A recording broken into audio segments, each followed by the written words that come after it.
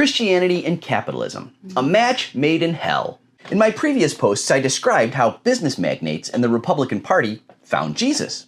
Let's take a deeper look at why Christians are so ripe for manipulation by capitalists and the GOP. Journalist and Harvard Divinity grad Chris Hedges encourages us to ask why the prosperity gospel so delights American corporations like Tyson Foods that they're willing to place fundamentalist chaplains in plants, or why Purdue and Walmart would feel moved to support far-right religious institutions like Liberty University or Patrick Henry Law School. Why did corporations send millions to the Judicial Crisis Network or the U.S. Chamber of Commerce to support the elevation of a Christian zealot like Amy Coney Barrett to the Supreme Court?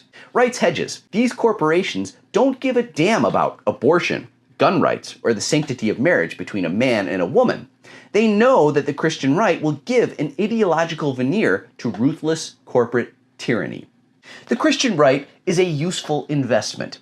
Churches can get away with saying things that would be completely dismissed if you heard them directly from business. They add a cloak of respectability and supposed neutrality to propaganda messages that could easily be ignored if they came from another source. This is a very old trick.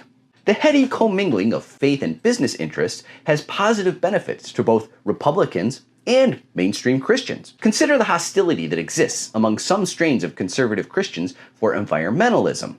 There's a common attitude in the Christian right that humans are called to exploit all the resources of the earth because they were put there by God for us. To be fair, it is right there in chapter 1 of Genesis. In any case, the thought continues. It doesn't matter if humans are destroying the earth because the second coming of Christ will end the world as we know it anyway, probably very soon. St. Paul, who died in the year 65, thought Jesus would come back during his life too. Or perhaps another justification goes, humans ruining the Earth's ecosystems is just part of God's plan.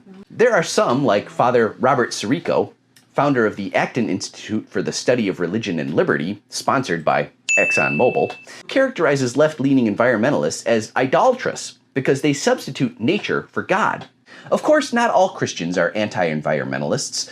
Kyle Menard-Shop, an organizer for a group called Young Evangelicals for Climate Action, talked to a reporter about this mentality, noting, it's a convenient theology to hold, especially when we're called to drastic, difficult action. Convenient and profitable. Why do oil companies spend money on the Acton Institute or other organizations like the Interfaith Council for Environmental Stewardship? Because investing in a pro-business, pro-development mentality towards Christian stewardship will reap dividends down the road for them and their shareholders. Could the tendency of conservative Christians to support deregulation and tax cuts be their way of paying back the mighty corporate patrons and wealthy donors who sit amongst them in the pews and vote for the same Republican Party? Both sides know they need one another, so they play nice. Practicality and self-interest play a role in this drama. And so we get a subtle moving of the goalposts over time to the point where even non-rich people proclaim that Jesus is a capitalist and the Bible supports free market economics. Or, as Reverend Mitch Hescox of the Evangelical Environmental Network said, it's much easier for people, rather than being challenged by the Bible, to find some version of the faith that matches what their pre-existing belief structure is. Let's ask ourselves, why does the major party that is most devoted to the concerns of the rich and corporations also profess to be the most committed to Christ and the Ten Commandments?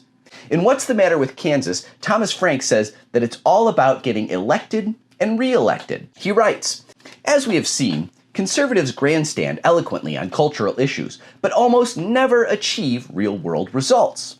What they're after is cultural turmoil, which serves mainly to solidify their base. Religion is used to score political points.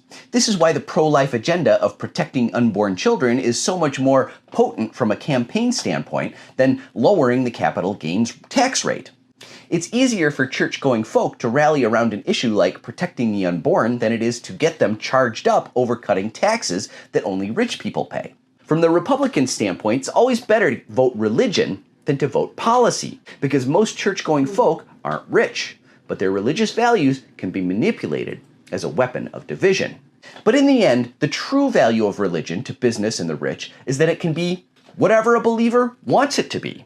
Faith does not require logic or reasoning. Many religious questions come down to faith. Why do bad things happen to good people? Have faith. How is it possible for God, Jesus, and the Holy Spirit to be three different beings, but also the same one? Have faith, my son. Do babies and dogs go to heaven? Have faith. There is frequently no right or wrong answer because religion is about asserting belief. Discussion over. It doesn't matter what you think or what your logic says because you have your beliefs and I have mine. No one has to prove that capitalism is the world's greatest economic system when the faithful are guided by their ministers to believe that it is so. It's a far cry from the kingdom of heaven, but good Christians don't seem to care anyway. It's ironic, though, that the Republican Party claims to be most aligned with Christian values and the Bible. Religion uses emotional language to short-circuit reasoning and intellect. But if we use our brains, we can see through what the Republican Party is doing. The irony is that the Republicans are perverting the very message they claim to embrace. Their core pro-capitalist agenda follows precisely the opposite message of the philosopher they claim to champion and love. Christ's message is most definitely not to love thyself. It is to love thy neighbor. This internal contradiction, embedded within the core identity of the modern Republican Party, is their greatest weakness. Please give a like, follow, favorite, repost, and follow my Linktree to sign up for my Substack. Let us make them pay.